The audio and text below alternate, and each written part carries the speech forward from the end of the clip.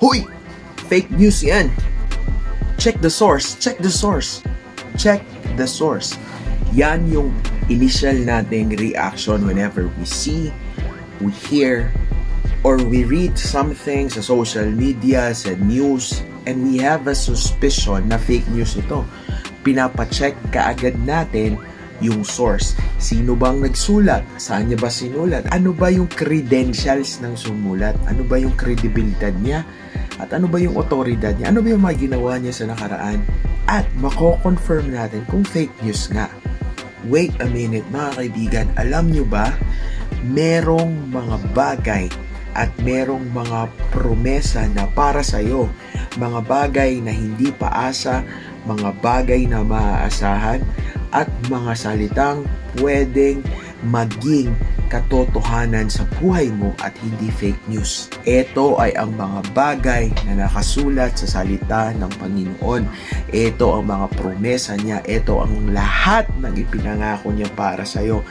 And I will tell you 100% hindi yan fake news kasi ang source ay ang Diyos na maaasahan. Ang source, siya lang naman ang creator ng mundo. Ang source, siya lang naman ang gumawa ng tao.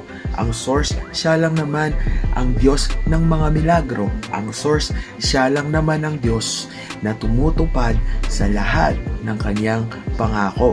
So, when the Lord says that you can do all things through Christ, you can do all things through Him who strengthens you. When He says that He has plans for you, plans to prosper you and not to harm you, plans to bring you hope in the future, then indeed it will happen. When He promises that when He is your shepherd, you shall not want, that when you delight yourself, He will give the desires of your heart, that when you seek Him first in His kingdom and His righteousness, all these things will be added unto you. Hindi yan fake news, kapatid, kasi naisulat yan at sinabi yan ng Diyos na maaasahan. Check the source. If the promises is being released by the person na tumutupad nito, mga kaibigan, mangyayari at mangyayari. Kaya nga sinasabi, all His promises are yes and amen.